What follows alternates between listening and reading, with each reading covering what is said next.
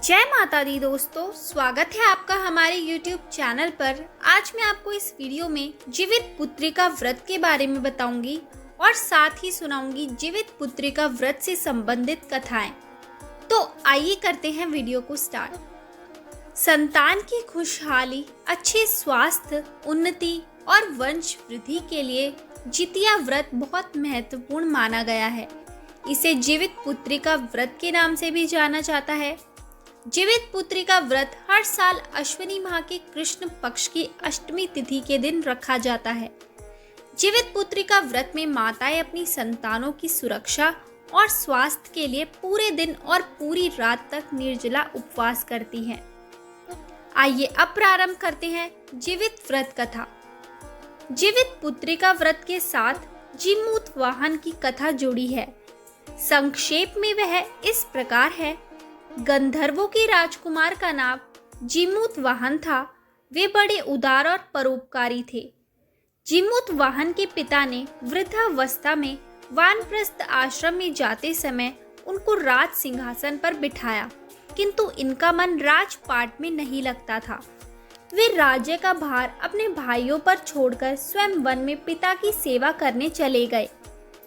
वहीं पर उनका मलयवती नामक राजकन्या से विवाह हो गया। एक दिन जब वन में भ्रमण करते हुए जीमूत वाहन काफी आगे चले गए, तब उन्हें एक वृद्धा विलाप करते हुए दिखी। इनके पूछने पर वृद्धा ने रोते हुए बताया, मैं नागवंश की स्त्री हूँ और मुझे एक ही पुत्र है। पक्षीराज गरुड़ के समक्ष नागों ने उन्हें प्रतिदिन भक्षण हेतु एक नाग सौंपने की प्रतिज्ञा दी। आज मेरे पुत्र शंखचूड़ की बलि का दिन है। जीमूत वाहन ने वृद्धा को आश्वस्त करते हुए कहा, डरो मत, मैं तुम्हारे पुत्र के प्राणों की रक्षा करूंगा। आज उसके बजाय मैं स्वयं अपने आप को उसके लाल कपड़े में ढककर वध्यशिला पर लेटूंगा। इतना कहकर जीमूत वाहन ने शंखचूड़ के हाथ से लाल कपड़ा ले लिया और वे उसे लपेटकर गरुड़ को बलि देने के लिए चुनी गई वध्यशिला पर लेट गए।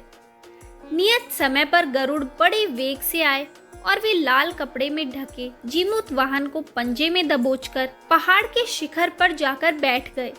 अपने चुंगल में गिरफ्तार प्राणी की आंख में आंसू और मुंह में आह निकलता न देखकर गरुड़ जी बड़े आश्चर्य में पड़ गए। उन्होंने जीमूत वाहन से उनका परिचय पूछा। जीमूत वाहन ने सारा किस्सा कह सुनाया।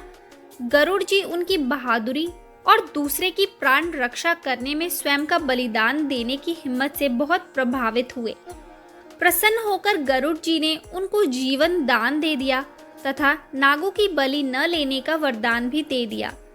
इस प्रकार जीमूत वाहन ने अदम्य साहस से नाग जाति की रक्षा हुई और तब से पुत्र की सुरक्षा हेतु जीमूत वाहन की पूजा की प्रथा शुरू हुई। आइए अब सुनते हैं जीवित पुत्रिका व्रत की दूसरी कथा।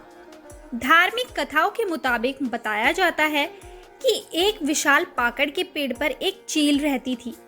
उसी पेड़ के नीचे एक सियारन भी रहती थी। दोनों पक्की सहेलियां थीं। दोनों ने कुछ महिलाओं को देखकर जितिया व्रत करने का संकल्प लिया और भगवान श्री जीमूत वाहन की पूजा और व्रत करने का प्रण ले लिया। लेकिन जिस दिन दोनों को व्रत रखना था, उसी दिन शहर के एक बड़े व्यापारी की मृत्यु हो गई और उसके दाह संस्कार में सियारिन को भूख लगने लगी। मुर्दा देखकर वह खुद को रोक न सकी और उसका व्रत टूट गया। पर चील ने संयम रखा और नियम व श्रद्धा से अगले दिन व्रत का पारण किया। अगले जन्म में दोनों सहेलियों ने ब्राह्मण परिवार में पुत्री के रूप में जन्म लिया। उनके पिता का नाम भास्कर था। चील बड़ी बहन बनी और सियारिन छोटी बहन के रूप में जन्मी। चील का नाम शीलवती रखा गया। शीलवती की शादी बुद्धिसेन के साथ हुई, जबकि सियारन का नाम कपूरावती रखा गया और उसकी शादी उस नगर के राजा मलाय केतु से हुई। भगवान जीमूत वाहन के आशीर्वाद से शीलवती के 7 बेटे हुए, पर कपूरावती के सभी बच्चे जन्म लेते ही मर जाते थे। कुछ समय बाद शीलवती के 7 पुत्र बड़े हो गए और वे सभी राजा के दरबार में काम करने लगे। कपूरावती के मन में उन्हें देख ईर्ष्या की भावना आ गई। उसने राजा से कहकर सभी बेटों के सर काट दिए।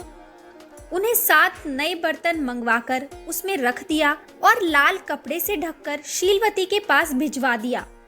यह देख भगवान जीउतवाहन ने मिट्टी से 7 भाइयों के सिर बनाए और सभी के सिरों को उसके धड़ से जोड़कर उन पर अमृत छिड़क दिया। इससे उनमें जान आ गई। 7 युवक जिंदा हो गए और घर लौट आए। जो कटे सिर रानी ने भेजे थे वे फल बन गए। दूसरी ओर रानी कपूरावती बुद्धिसेन के घर से सूचना पाने को व्याकुल थी। जब काफी देर सूचना नहीं आई तो कपूरावती स्वयं बड़ी बहन के घर गई। वहां सब कुछ जिंदा देखकर वह सन्न रह गई। जब उसे होश आया तो बहन को उसने सारी बात बताई। अब उसे अपनी गलती पर पछतावा हो रहा था।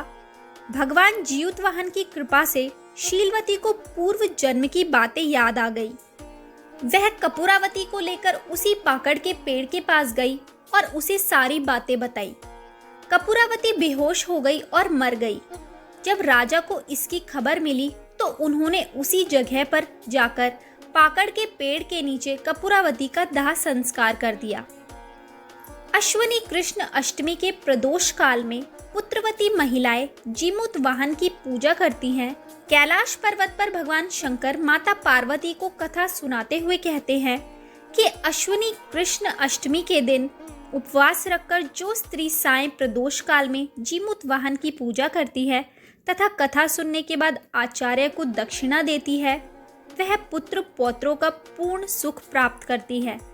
व्रत का पारण दूसरे दिन अष्टमी तिथि की समाप्ति के पश्चात किया जाता है। यह व्रत अपने नाम के अनुरूप फल देने वाला है। तो दोस्तों, ये थी जीवित पुत्रिका की व्रत कथा। आपको ये कथा कैसी लगी हमें कमेंट करके जरूर बताएं। अच्छी लगी हो तो हमारे चैनल को सब्सक्राइब करें और शेयर करना ना भूलें।